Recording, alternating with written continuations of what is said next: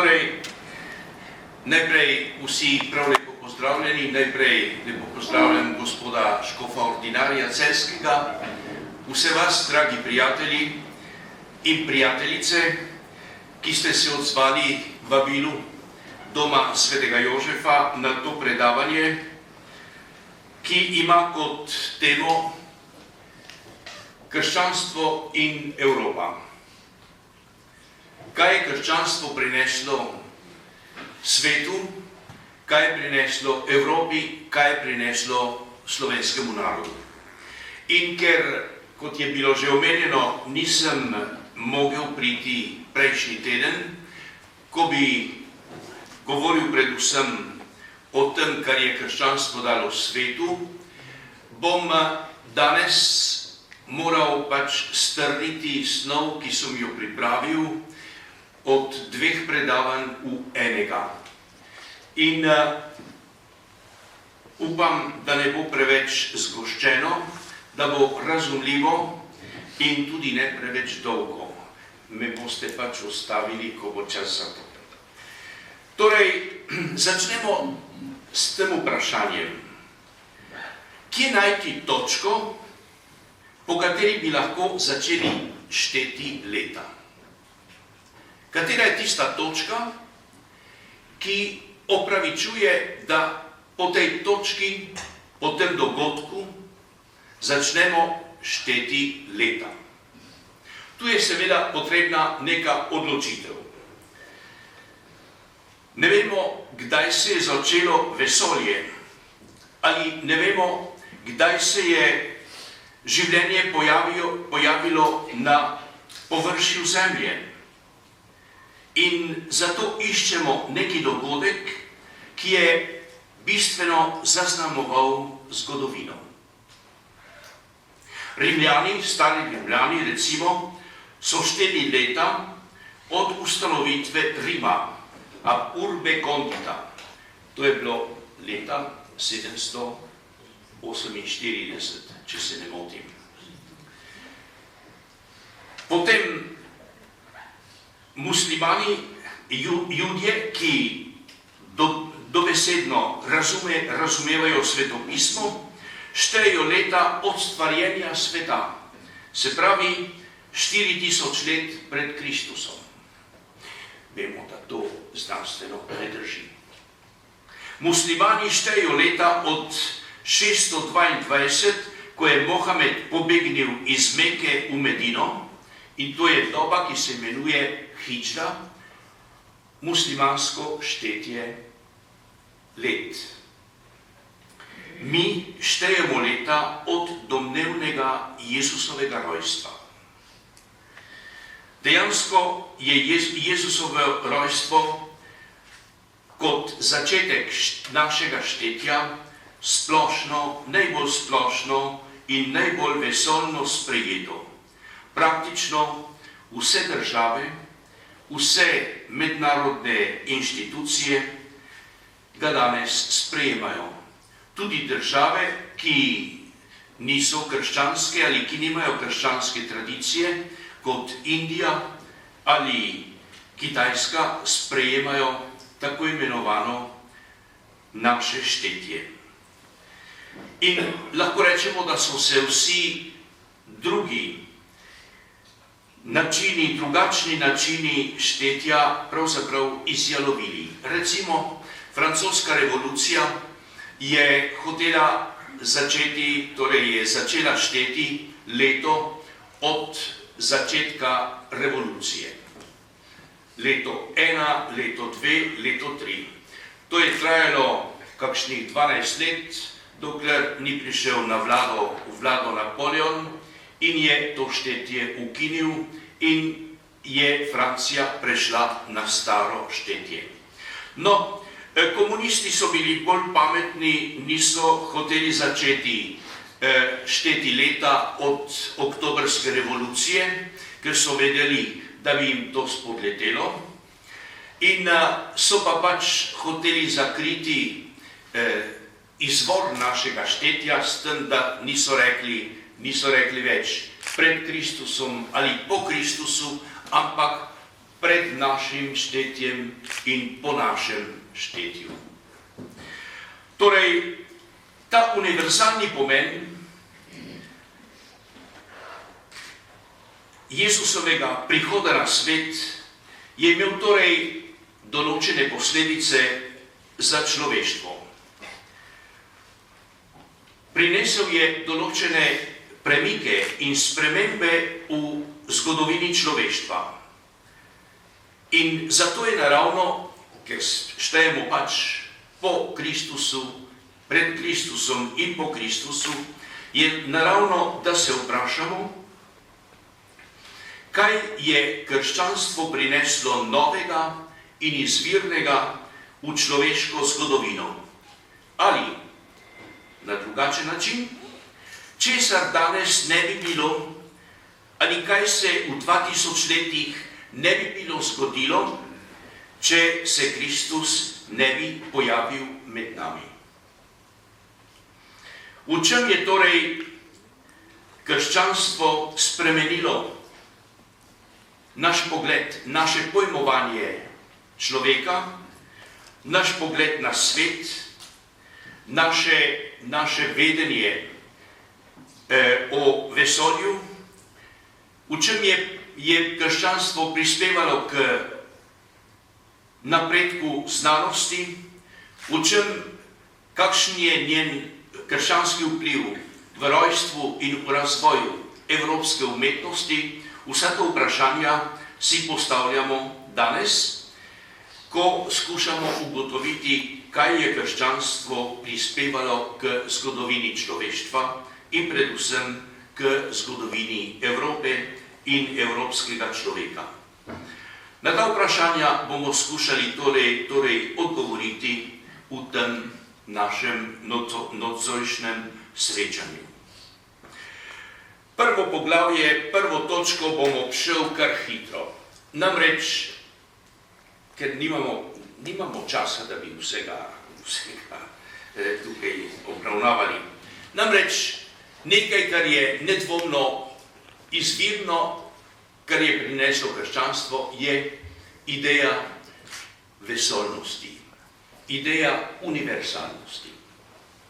Lahko rečemo, da je pred krščanstvom in tudi zunaj krščanstva ni bilo nobene civilizacije, nobenega naroda, ki bi imel vesoljne univerzalne poglede ali univerzalne načrte, ki bi hotel ustvariti iz vsega človeštva, če hočete, neko skupnost, neko občestvo ali, če hočete, neko družino ali neko skupno civilizacijo.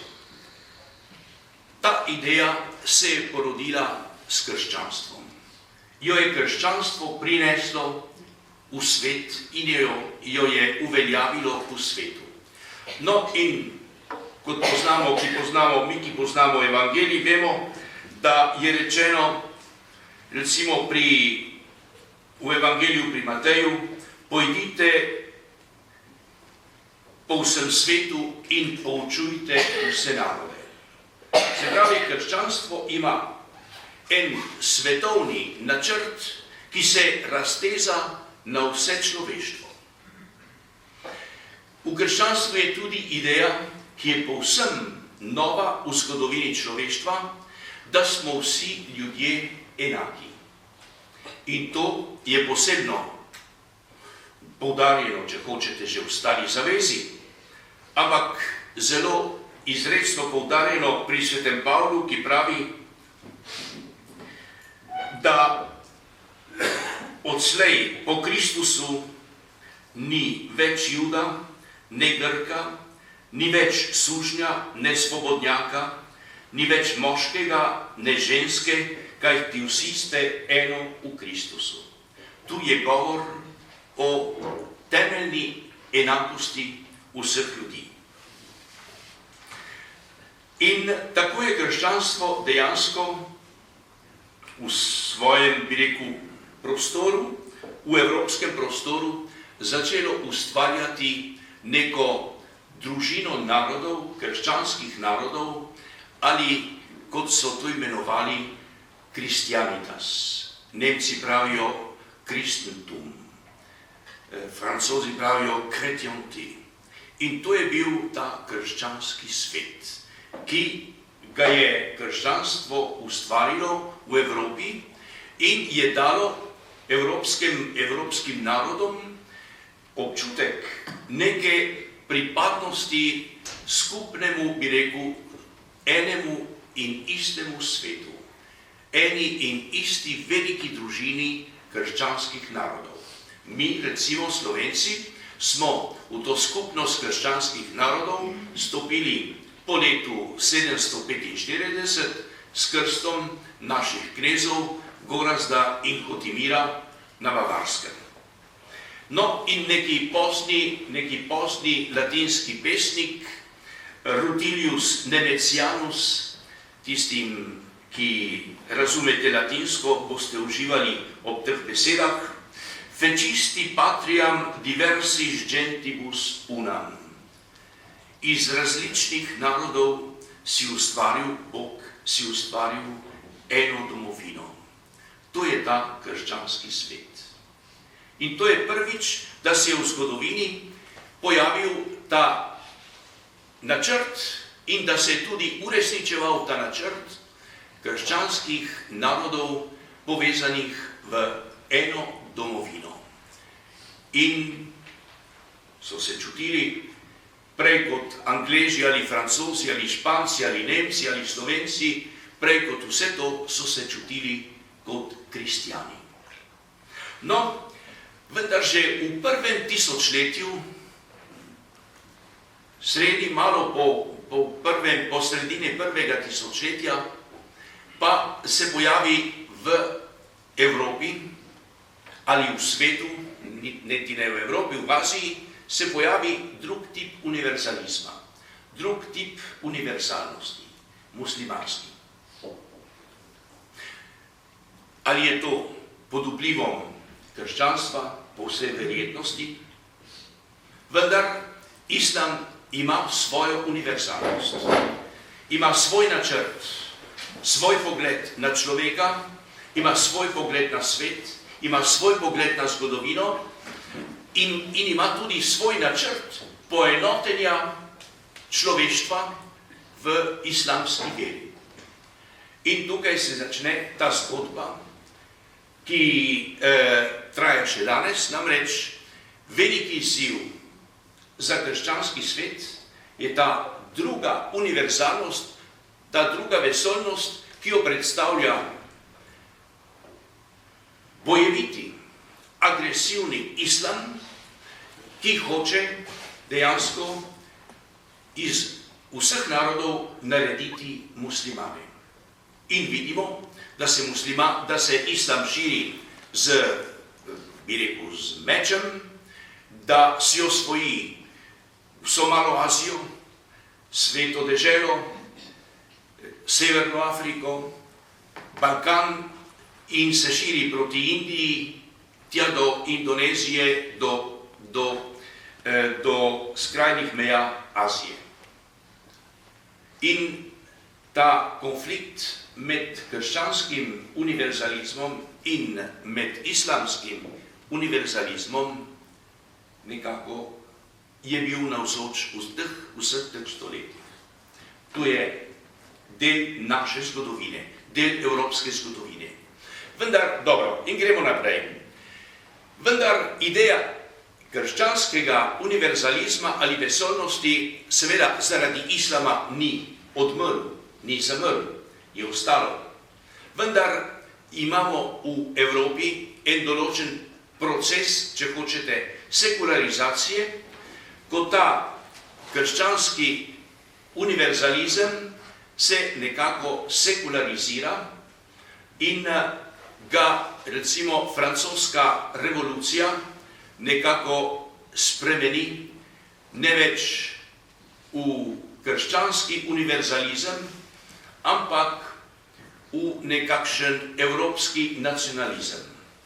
Tukaj imamo, recimo, ni več ideja Christianitas, ideja krščanstva kot povezujočega člena med narodi, ampak je narod, la nation. Narod tisti, ki dejansko povezuje ljudi med seboj, ideja naroda. To je od francoske revolucije dalje. Potem se ta ideja univerzalnosti zopet spremeni, recimo v socializmu in v komunizmu, ki ima tudi svojo idejo univerzalnosti na podlagi razrednega, recimo nekega razreda, se pravi proletarci vseh dežel, združite se.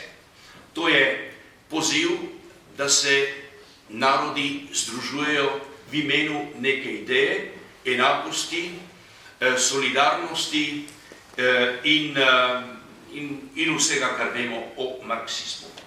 Vidite, vendar je ta ideja, krščanska ideja univerzalnosti, ki gre skozi francosko revolucijo in ki pride do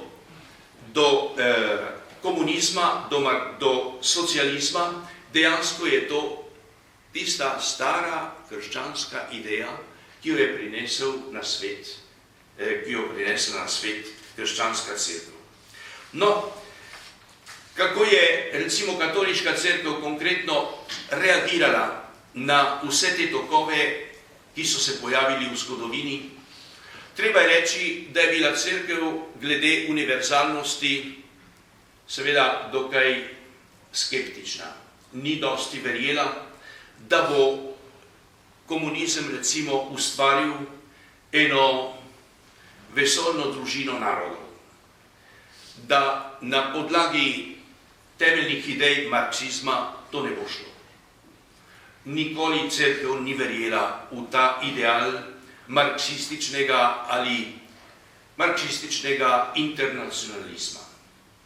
Je pa ideja o univerzalnosti danes sekularizirana, prešla v mednarodne organizacije. Cerkev je recimo v začetku na to povezovanje zunaj cerkve v laični obliki, kot je bila med obema vojnama tista mednarodno Société des Nations, družba narodov, kar je danes Organizacija združenih narodov. Cerkev je na to v prvem trenutku gledala nekoliko kritično in si je mislila pač, mi imamo svojo univerzalnost, vaša univerzalnost je kopija naše in je naša pravzaprav bolj utemeljena kot vaša. Dobro, potem se je to spremenilo, cerkev, Sveti sedež recimo, je to idejo univerzalnosti sprejel in začel sodelovati z Združenimi narodi, ima danes tam svojega predstavnika, svojega opazovalca, podpira pobude mednarodne organizacije in dejansko sodeluje in ne vidi v tem novem univerzalizmu, laičnem univerzalizmu, ne vidi tekmeca, ampak sodeluje z njim in vidi v tem nekaj dobrega za človeštvo. Po drugi strani se tudi naša univerzalnost v tem smislu spreminja, da misijonska dejavnost recimo danes seveda ostane kot ideal, da privedemo čim več ljudi v družino katoliške cerkve, vendar so tudi ideje, recimo, ali načini, kako širimo krščanstvo, različne od prejšnjih. In tu imamo dva primera. Francoski puščavnik Charles de Foucault, recimo, ki živi med Arabci, med Tuaregi na jugu Alžirije in ne evangelizira, nikomur ne govori o Kristusu, ampak samo pričuje svojim zgledom, svojo dobroto in pravi, da hoče biti vesoljni brat, le frère universel, hoče biti vesoljni brat vseh ljudi, umrje kot mučenec. Ali recimo oseba, ki vam je zelo blizu, mati Terezija iz Kalkute, ki je v Indiji in ne oznanja Kristusa, nima te, bi rekel, ne vidi, da ji Bog daje to nalogo, da bi spreobračala hindujce v krščanstvo, ampak pričuje svojim delom, svojo ljubesnjo, svojo skrbjo za polne, zapuščene, umirajoče, pričuje za Kristusa in za njegovo cerkev. To je, če hočete, nova oblika univerzalnosti, ki jo danes cerkev vse bolj prakticira, tudi glede na to, da so mnoga področja, naprimer področje islama, povsem zaprta krščanski ideji in da cerkev svojo idejo univerzalnosti ne more uveljavljati drugače kot z dobrim zgledom, kot s pristopom k človeku, z ljubeznijo in z pomočjo, ki jo nudi človeku. In to lahko rečemo, danes cerkev to prakticira praktično po vsem svetu. To je prva točka. Druga točka, krščanstvo, lahko rečemo, je izklesalo in v krščanstvu se je izklesal pojem človeka kot osebe. Tega pojma drugod ne najdete.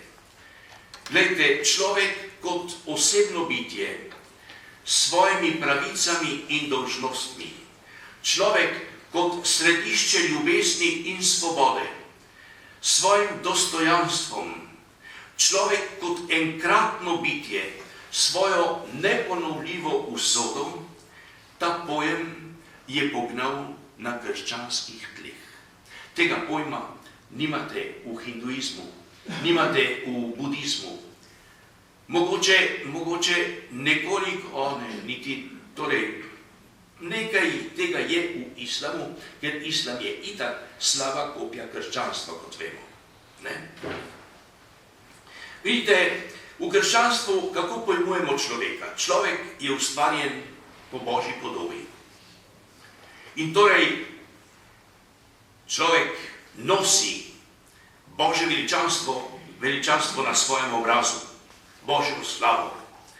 In ima torej neodtujljivo dostojanstvo. Je pa seveda odgovoren pred Bogom zase in za svojega bližnjega.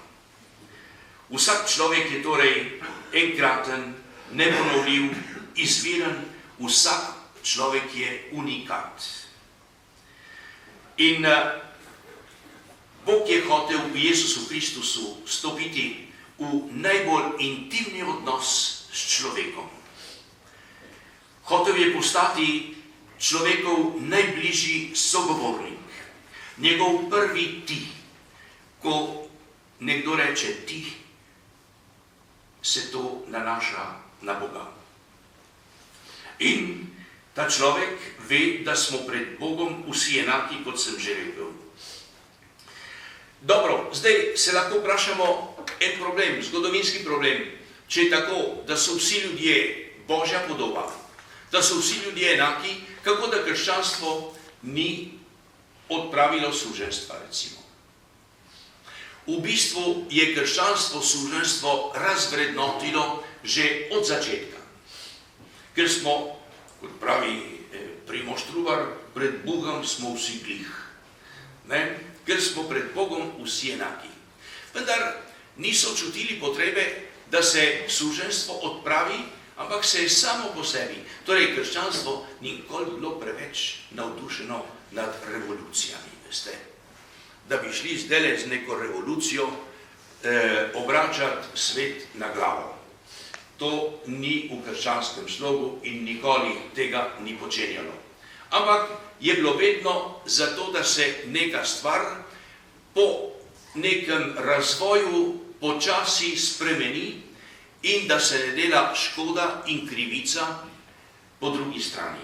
In tako je krščanstvo polagoma odpravilo suženjstvo.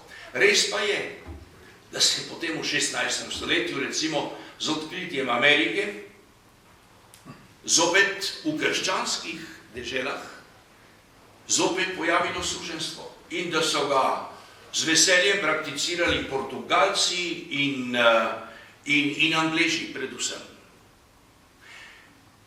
Ni bilo prav. To je bila nedvomno neka stvar, ki ni bila v skladu s krščanstvom. Bili so tukaj ekonomski interesi.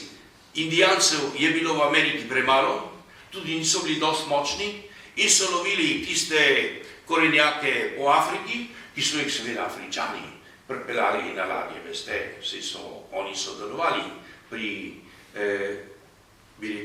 nabavi sužnjev, predvsem Arabci. Ampak dobro, to je nekaj, na kar nismo lahko ponosni v krščanski zgodovini. Je nedvomno proti principom krščanstva. Vsekakor, gledajte, so potem človek kot bitje, ki ima svoje pravice. Je to zopet sprejela, recimo, ameriška ustava leta 1776, potem francoska revolucija 1789 in so napisali, da ima človek ob svojem rojstvu te in te pravice.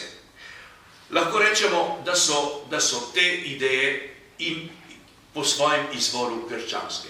In hvala Bogu, te ideje so potem prešle praktično v svet in leta 1948 je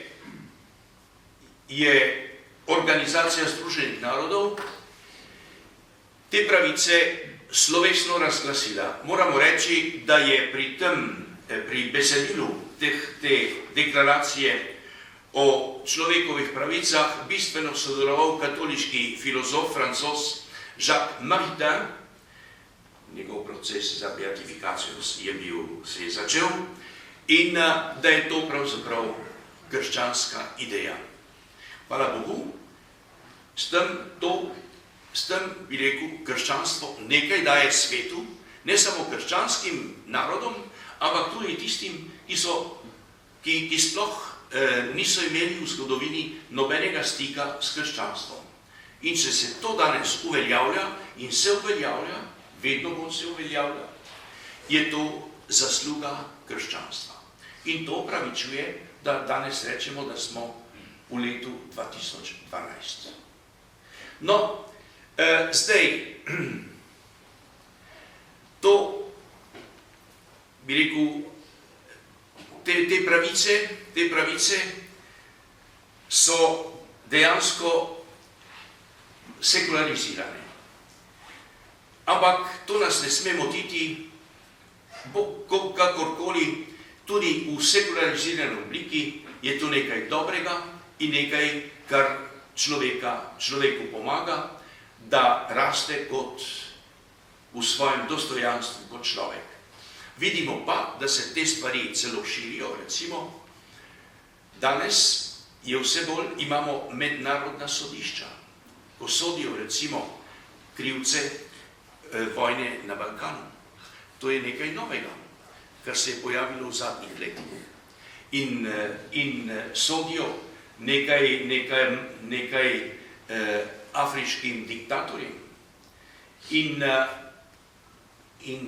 vsak diktator bo danes premislil, kaj dela, ker ga lahko ob določenem trenutku naslednja vlada izroči mednarodnemu sodišču, kjer ga bodo obsodili ali sodili za to, kar je počenjal. To je nedvomno velik napredek v zgodovini človeštva, lahko rečemo, in to ima svoj izvor v krščanstvu. No, mislim, da je tukaj tega dosti. No, lahko bi rekel še kakšno besedo o dostojanstvu žene v krščanstvu.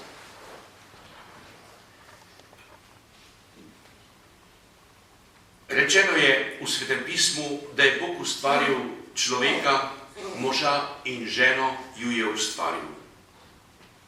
Se pravi, že na začetku Svetega pisma je poudarjena enakost med moškim in žensko. To je bistveno, bi rekel, krščanska ideja. In lahko bo kdo rekel, da pač ženska, recimo v cerkvi, nima enakih pravic kot moški. To je drugo vprašanje. V razmerju recimo do rimskega prava ali do kitajskega ali do drugih pravnih sistemov je to, kar ima krščanstvo, ogromna revolucija. Recimo, dolžnost zvestove tako za moža kot za ženo. Dolžnost zvestove v mnogih pravnih sistemih velja samo za ženo. In ženo kam najo, če bila nezvesta. Mož jo popiha in gre. Ne? Položaj žene v islamu, v hinduizmu, pri primitivnih narodih je še danes zelo vprašljiv. In tukaj je treba še ogromno narediti v smeri napredka in enakosti med moškim in žensko. No, zdaj ne bom šel tukaj ne vem v kakšne podrobnosti, lahko rečem samo to, da je v krščanstvu ženska imela vedno svojo vlogo. Vedno svojo vlogo, kot ženska.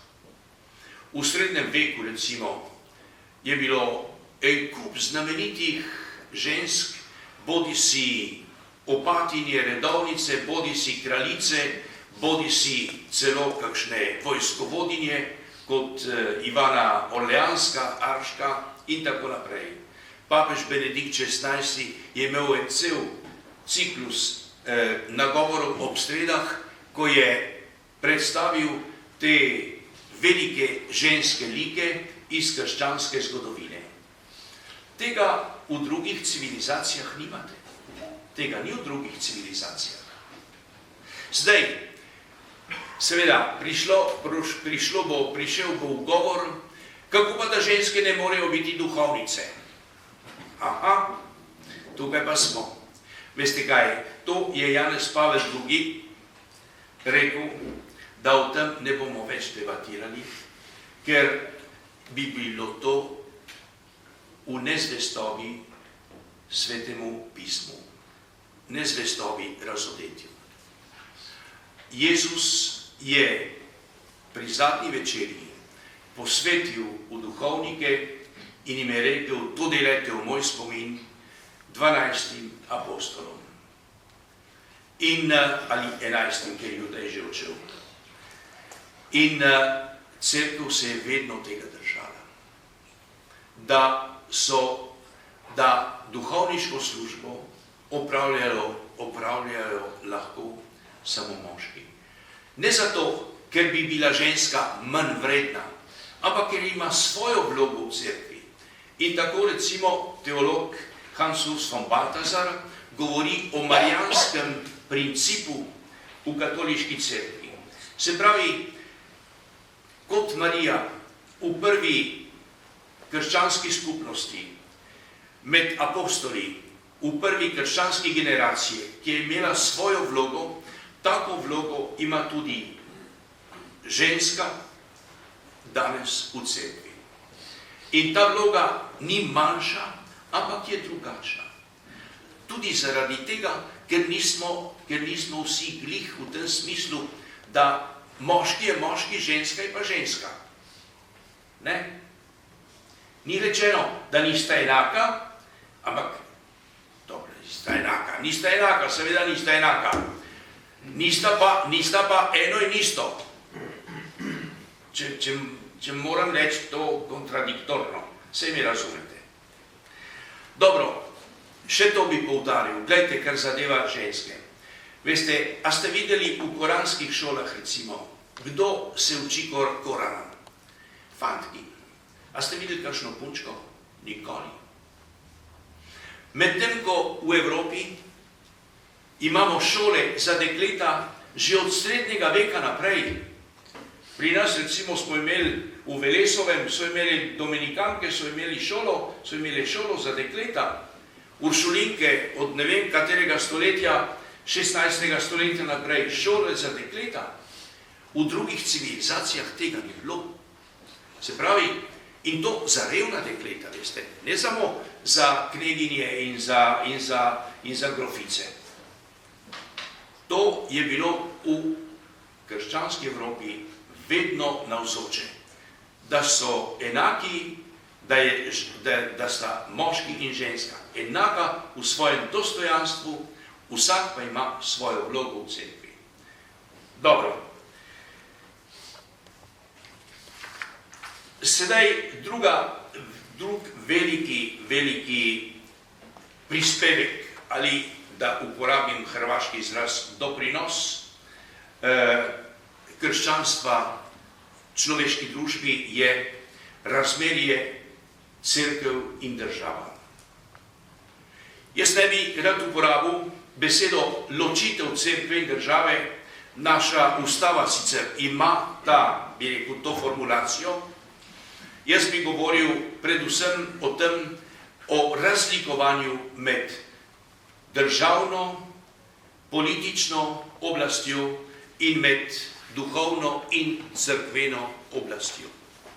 To sta dve različni stvari. In tega razlikovanja med duhovno in politično sfero drugod ne najdete. Recimo v islamu. V islamu tega razlikovanja med politiko in religijo sploh ni. V hinduizmu tega razlikovanja sploh ni. Nikjer ni tega razlikovanja med religijo in politiko. Odkot to razlikovanje? Dajte Bogu, kar je dajte cesarju, kar je cesarjevega, in Bogu, kar je Božjega. Se pravi, cesar, politika, politična oblast ima svoje pravice, ima svoje dolžnosti, cerkev ima, duhovna oblast ima svoje dolžnosti in svoje pravice. Vsak na svojem področju avtonomen, zaželeno pa je za skupno dobro, da pametno sodelujeta. To je tisto, kar je nedvomno prvič zagotovilo za človekovo svobodo. V krščanstvu nihče ne sme biti prisiljen, da sprejme vero, ali nihče ne sme biti prisiljen, da v tisti veri ostaja. Vsak ima pravico, da izbere svobodno svojo vero in da tudi menja svojo vero, če je to po njegovi vesti. To je krščanski nauk. Dobro, v islamu, če ti spremeniš svojo vero, te ubijejo. To je smrtna kazen za muslimana, ki bi zapustil svojo vero, ga doleti smrt. Kristjan, bi rekel, naša katoliška cerkev in tudi druge krščanske cerkve priznavajo svobodo vesti. Torej, tukaj je, vidite, spoštovanje osebne svobode. In to je izrednega pomena, da spoštujemo vest vsakega človeka in to je tudi izvor, jedro demokracije. Vidite, je pa poskus, dobro, moramo reči, v zgodovini je bil poskus, nekaterim papežem bi zelo pasala tudi in dejansko so jo imeli tudi politično oblast. Recimo, kakšen Inocenc III, Bonifacij VIII in tako dalje. In nekaterim politikom, kot je bil recimo kakšen Henrik IV ali kasneje kakšen Bismarck, bi zelo pasala tudi duhovna oblast. In vmešavanje, ali pa Jožef II, naš cesar Mežnar so mu rekli, ne? Tako ga je imenoval Friderik Pruski, da je to moj brat cesar Mežnar, ne? Ki je določil, koliko sveč sme goreti na oltarju pri blagoslovu. Ja, tudi to je šel noter. No, gledajte, se pravi, da je tukaj to razlikovanje je nekaj, kar absolutno zagovarja krščanstvo. Kljub temu, da je po eni strani cerkev včasih zelo šla na politično področje, po drugi strani pa, da je politika velikokrat tudi šla na področje, ki je lastno cerkvi. Vendar razlikovanja med eno in drugo oblastjo, tega razlikovanja nismo v Evropi nikoli opustili. To je vedno ostalo kot načelo, tudi če smo ga mogoče malo kršili, ampak kot temeljno načelo evropske družbe je to vedno ostalo. No, gledajte, zadnji poskus recimo umešavanja politične oblasti v duhovno sfero je komunizem. Komunizem, ki je hotel šolo čisto po svojih principih, ki je hotel imeti recimo nadzor nad vestjo ljudi z udbo, z ozno in tako naprej, ki je privilegiral tiste, ki so se vdajali njemu in jim je dajal dobre službe, druge pa postavljal ob rob. Vidite, komunizem to je bila zadnja oblika tako imenovanega Cezarov papizma. Se pravi, oni so hoteli biti absolutni vladarji ne samo nad politično sfero, ampak tudi nad dušami. Oni so hoteli vladati nad srci in nad dušami ljudmi. Pa, hvala Bogu, so pogoreli. Druga točka, krščansko pojmovanje časa. A se vam bo čudno zdelo, da o tem govorimo? Boste videli, koliko je to nekaj, kar vam bo posvetilo izredno in vam bo razložilo 100 stvari, ki jih mogoče do danes niste razumeli. Malo pretenciozno, ne? Dobro. Glejte, krščanstvo ima linearno, črtno pojmovanje časa. Se pravi, čas kot črta, ki ima začetek in gre naprej in bo imela ta črta en konec. To je, moramo reči, to je že v stari zavezi, ta ideja navzoča. Medtem ko imajo, recimo, Kitajci, Hindujci, primitivni narodi, tudi stari Grki, imajo pojmovanje časa kot krog. Krog, to je čas, ki kroži in stalno se isto vrača na isto točko in zopet gre naprej in se zopet vrača na isto točko. Čas kot krog ali, če s tujkami bi lahko rekli, linearno in ciklično pojmovanje časa. Linearno se pravi črtno in krožno pojmovanje časa. In gledajte, kot pravim, kristjan tega v drugih civilizacijah ni. Evropski kristjan je človek, ki živi v linearnem času. Čas, ki ima svoj začetek, stvarjenje sveta, in bo imel svoj konec, ko bo prišel Kristus v slavi.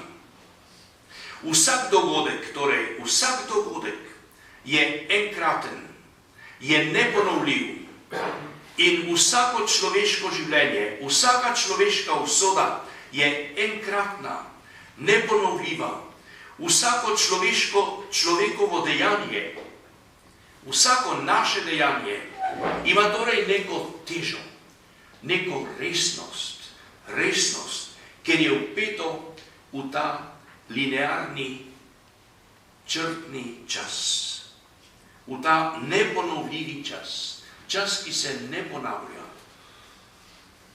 In tu je izvir resnične človekove odgovornosti, čuta odgovornosti. Glejte, zgodovina ni nenehno kroženje v istem toku, brez začetka in brez konca. Zgodovina je naloga, je izziv za človeka. Je enkratna, neponovljiva priložnost za naše udejstvovanje. Je enkratna, neponovljiva priložnost, da naredimo nekaj dobrega, da storimo dobra dejanja. Neponovljiva priložnost, da zavračamo zlo. Vidite, to je to pojmovanje časa. V ta čas, gledajte, v ta čas pa je stopil Bog in se podal v avanturo ljubezni s človekom.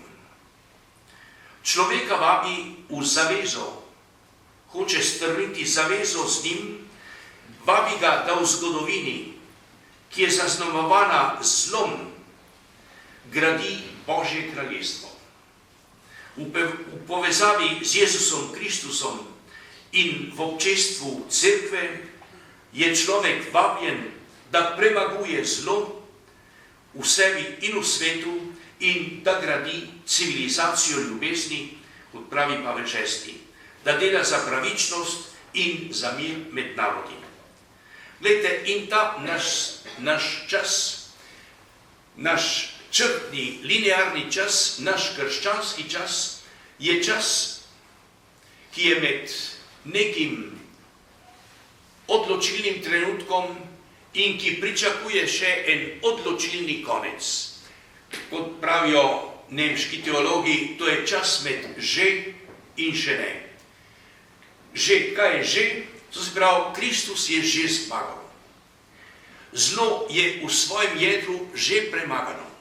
Tudi če je še pogosto in ga srečujemo v sebi in v svetu, je zlo v bistvu že premagano s Kristusovo zmago na križu in z njegovim vstajenjem.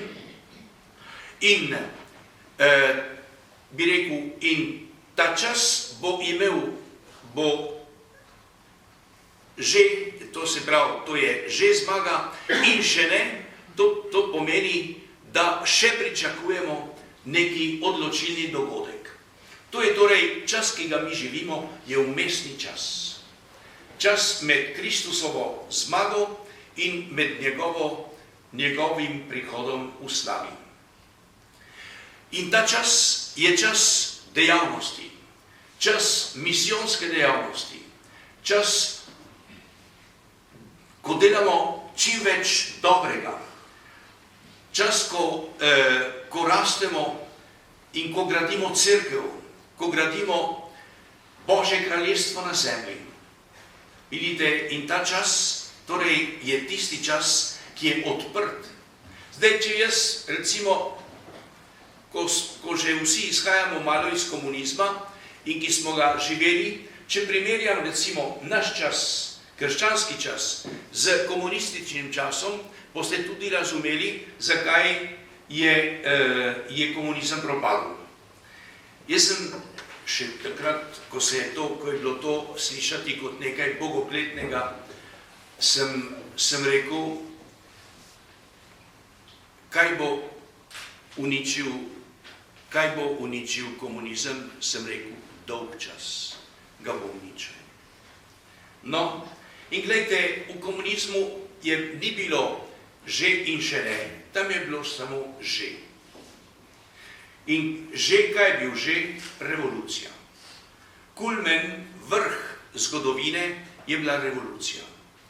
Po revoluciji ni bilo več nič kaj pričakovati, nič odločilnega. Ni bilo več na obzorju zgodovine, ni bilo več nič odločilnega. In nič se ni moglo več spremeniti. In Bog ne daj, da bi se kaj spremenilo, ker potem ste vi ogrožali, kako so rekli, tiste pridobitve revolucije. In to je bil pa velik greh, če si ti ogrožal pridobitve revolucije. Nič se ni smelo spremeniti. Se ni moglo in se ni smelo.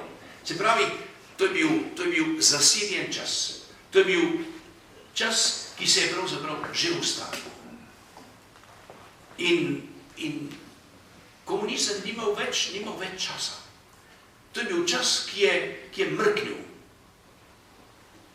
Mrknen čas. In zato je to propadlo, veste kaj. No, in gledajte, zanimivo pa je, da vsi miselni tokovi, ki so se oddaljili od krščanstva, kot je recimo marksizem, kot je bil nemški idealizem, recimo Nietzsche, padijo nazaj v ciklično pojmovanje časa. V pojmovanje časa kot krog, ki se nenehno ponavlja. Vidite, in to vidite, v tem miselnem svetu zgodovina nima začetka in ne bo imela konca. Zato zgodovina tudi nima smisla, ker nima nobenega cilja. Vse skupaj je eno sivo, dolgočasno trajanje. V tem ponavljajočem se času človek ni resnično motiviran. Ni motiviran. Nič te ne more motivirati, da bi ti kaj naredil. Življenje izgubi resnost in globino. Vse je en sam veliki dolgčas. Življenje je brez okusa in brez resnične radosti. Medtem ko je življenje v linearnem krščanskem času, med že in žele, to je, pred nami se odpirajo obzorja, ta čas nas izziva, ta čas nas dobesedno poriva k dejavnosti. In to vidite, to je ustvarilo Evropo. Zakaj pa Evropa imela in ima tak napredek?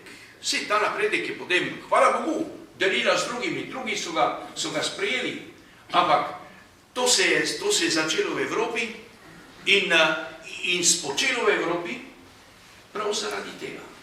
Zaradi tega pojmovanja časa, ki ga imamo iz Svetega pisma, iz zgodovine odrešenja. No, zdaj pa krščanstvo in znanost, druga točka. Ali dosto le? Še kaj? No, gledajte, jaz bi rekel tole. Rojstvo moderne znanosti, lahko rečemo, sovpada z nastankom mehanizacije, začetki mehanizacije v 17. stoletju. Največ po zaslugi Galileja in Newtona. Ti znanstveniki so verjeli v inteligibilnost, se pravi v racionalnost sveta, narave in njene govorice. Zakaj so verjeli, da je svet racionalen?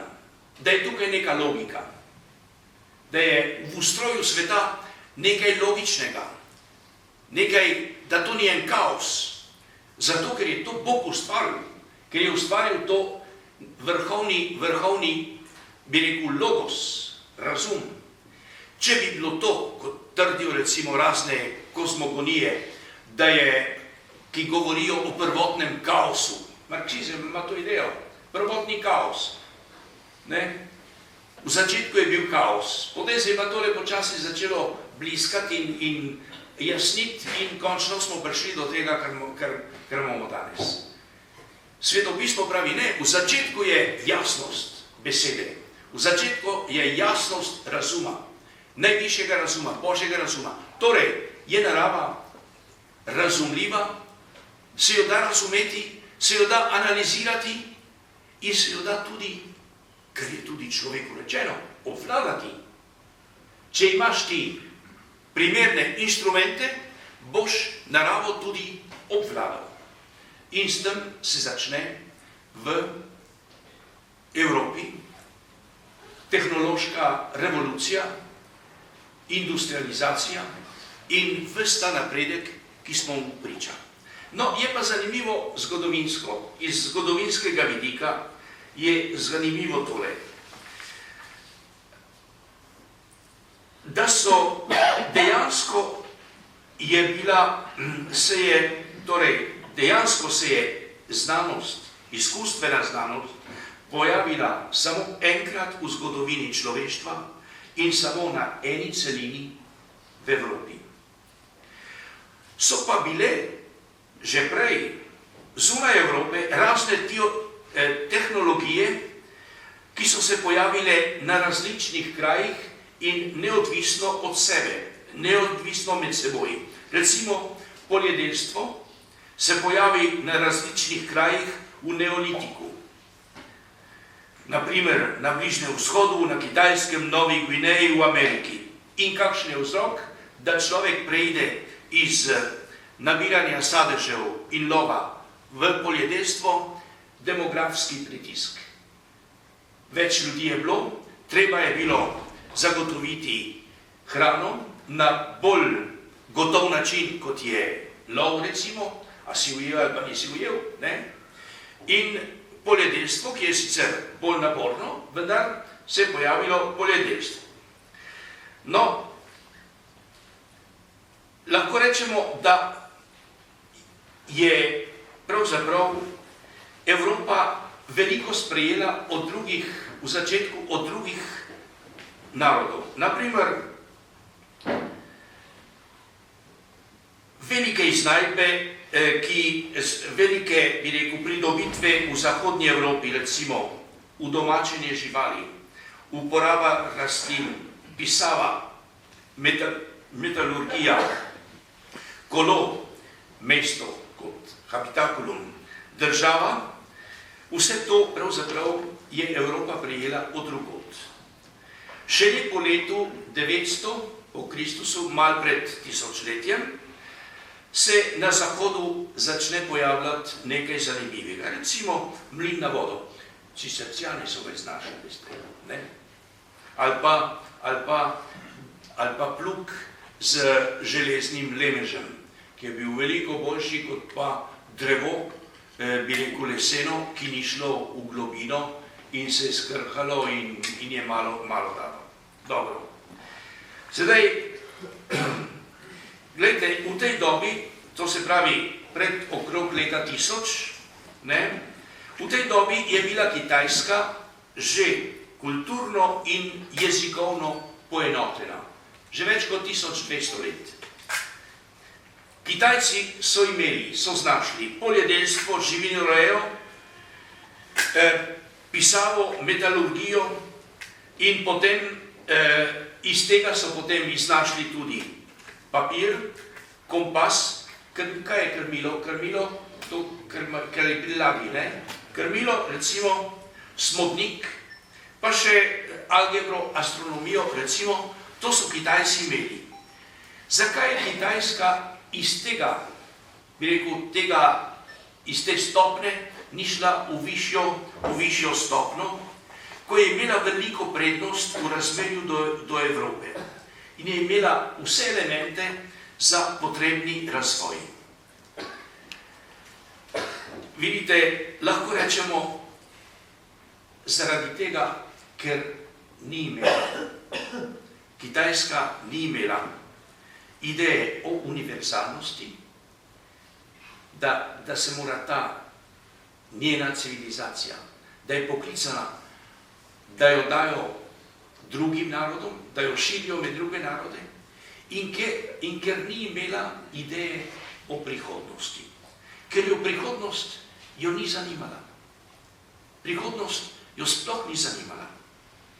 No, pojdimo tukaj. Vidite, gledajte, Kitajska je bila prepričana, da je bila idealno organizirana, in vsaj blizu idealu. Da je pravzaprav to edina civilizacija na svetu. In glavni cilj te, bi rekel, kitajske civilizacije je zagotoviti, da bo to trajalo. Niso pa bili zainteresirani za nobeno novost, ker niso bili med že in še ne. Tale še ne, veste, tukaj je jedro vsega napredka. Ta še ne. Teološki. No, zanimiv primer, recimo, leta 1433 Kitajska začne osvajati, pravzaprav ne, trgovati z vzhodno obalo Afrike. In imajo čudovite ladje, dosti boljše kot Portugalci, recimo. In trgujejo z to vzhodno afriško obalo. Trgovina ima svoje pozitivne efekte, nimajo nobenega osvajalnega načrta, niti nobene želje, da bi karkoli svojega dali drugim. Pridejo recimo Portugalci, ki imajo slabše ladje in začnejo krožiti okrog Afrike, trgujejo in začnejo podajati, tudi evangelizirati. In ustvarjajo recimo Angola, Mozambike, Sao Tomé e Príncipe in tako naprej. Portugalci gredo tja ne samo zaradi trgovine, ampak kot krščanski narod so prepričani, da imajo tudi neko sporočilo, message. Eno sporočilo, ki ga morajo posredovati drugim. Imajo neko univerzalnost, ki jih utegne biti zanimiva tudi za druge narode. Dobro. No in tako, gledajte, Kitajci pravzaprav ostanejo pri tem zgolj utilitarno. In jaz sem bil te dni, ta leta, dosti v stiku z Afriko in tam je ogromno Kitajcev, ki delajo. Recimo v Angoli je 1 milijon Kitajcev, ki gradijo ceste, letališča, stavbe, karkoli. In so čisto izolirani od drugih. In v nekem srečanju med škofi so rekli, ja, to je pa nevarno. Kitajci bodo začeli sedaj širiti svojo ideologijo, kaj imajo. Ne? In je rekel en škof, ki pozna situacijo, je rekel, nič ne bodo. Kitajce sploh ne zanima osvajanje sveta. Kitajce zanima samo zgodovina, samo trgovina. Kitajce zanima samo profit. Koliko ti si zaslužil, koliko si pridobil. Oni niso misionski narod. Nimajo tega, da imajo svetu kaj ponuditi. Hvala Bogu, ne? Če ne bi nas vse spreobrnili. Ja, ne? Zanimivo to. Dobro. No, recimo, drug primer, Japonska. Leta 1453 Portugalska uvede na otok Kyushu mušketo in top. Puško in top. No, Japonci so kar zainteresirani za to novo orožje in ga celo izpopolnijo. Ampak potem, ko mine vojaška nevarnost, to dajo v staro šaro. Jih več ne zanima. Zakaj bi to imeli? In pride, bi rekel, ta klas, ta sloj samuraji, aristokrati, vojna aristokracija, a naš tradicionalni meč ni boljšega kot to za bojevanje. In opustijo puške in topove in se vrnejo v svoj tradicionalni način oboroževanja. Leta 868 pride admiral Perry iz Združenih držav s svojimi topovi in zahteva, da se Japonska odpre, ker je bila zaprta. In niso pustili nobenega tujega vpliva. Zanimivo, isto kot Kitajci. zaprti. Kaj, ko bi imeli topove, bi se lahko borili z Američanom, jih je pa tale Perry, jih je s Paršusi, jih je prisilil, da so se predali in da so pustili, da je Amerika vstopila na Japonsko in potem so pa videli, kakšen interes imajo. In zanimivo, to je takrat je bil cesar Meiji, leta 868, Japonci so pa razumeli, ker so brihtni. In so takoj poslali prvo generacijo, 150 študentov v Ameriko, 100 v Anglijo, 50 v Nemčijo, 150 v Francijo, vse študirati, torej inženirje, za inženirje. In tako je Japonska, kot vidimo potem, kam je prišla svojo tehnologijo. V začetku pa niso imeli nobenega smisla do napredka in so se zapirali.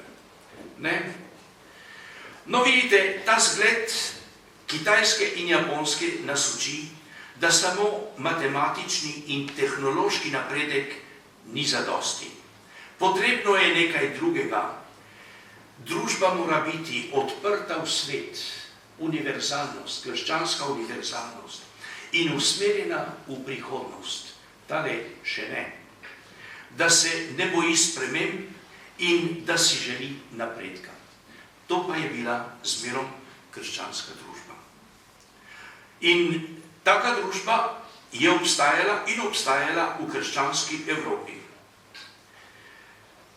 No, to sem že malo povedal, znamenit primer, recimo, je izredna ekspanzionistična politika Portugalske in Španije v 16. stoletju. In ta politika osvajanja je imela svoj izvor v izrednem intelektualnem vrenju, ki je bilo značilno za evropsko družbo od 13. stoletja dalje. V Evropi je bilo leta 1500 kakšnih 50 univerz. Bologna, Padova, Salamanca, Pariz, Oxford, Praga, Dunaj in tako naprej. In